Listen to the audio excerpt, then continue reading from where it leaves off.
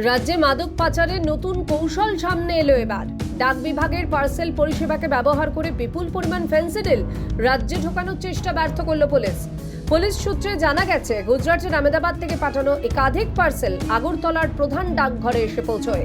গোপন সূত্রে খবর পেয়ে আগরতলা পশ্চিম থানার পুলিশ দ্রুত অভিযান চালায় ডাকঘরে। আমাদের কাছে একটা ইনফরমেশন আসে যে এখানে যে আমাদের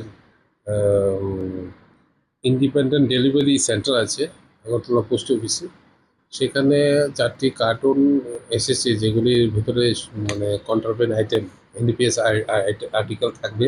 এরকম করে আমাদের কাছে একটা ইনফরমেশন আসার পর আমরা আমাদের মাননীয় এক্সিকিউটিভ ম্যাজিস্ট্রেট শ্রী সন্দীপ দেববর্মন স্যারকে সঙ্গে নিয়ে এবং আমাদের যারা আছে ইন্ডিপেন্ডেন্ট উইটনেস নিয়ে ওখানে যাই, ওই ইন্ডিপেন্ডেন্ট ডেলিভারি সেন্টারে।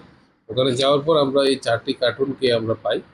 তো ওখানের যে ইনচার্জ আছে মিস্টার জয়ন্ত চক্রবর্তী, ওনার উপস্থিতিতে আমরা ওইগুলি সার্চ করে ওখানে ওই 4টি কার্টুনের ভিতরে 393 নাম্বার অফ কোডি ফস কফ সিরাপ, এগুলি কোডেন বেসড কফ সিরাপ যেগুলি শিডিউল ড্রাগ, এগুলি আমরা এখানে উদ্ধার করি এবং তা আমরা সিজ করার পর মিস্টার জয়ন্ত চক্রবর্তীর এজাহার বলে আমরা একটি কেস রেজিস্ট্রেশন করি এবং তদন্ত শুরু করি। এগুলি আমরা তদন্তে দেখতে পাই এই মালগুলি আপনার গুজরাটের আহমেদাবাদ শহর থেকে একজন পাঠিয়েছিল। তো যারাই এটা পাঠিয়েছে বা যারা এটা নেওয়ার জন্য এখানে প্রস্তুত ছিল তাদের বিরুদ্ধে আমরা কেসটা নিয়েছি। সন্দেহজনক পার্সেলগুলিতে তল্লাশি চালিয়ে পুলিশ উদ্ধার করে মোট 393 বোতল ফেন্সিডিল।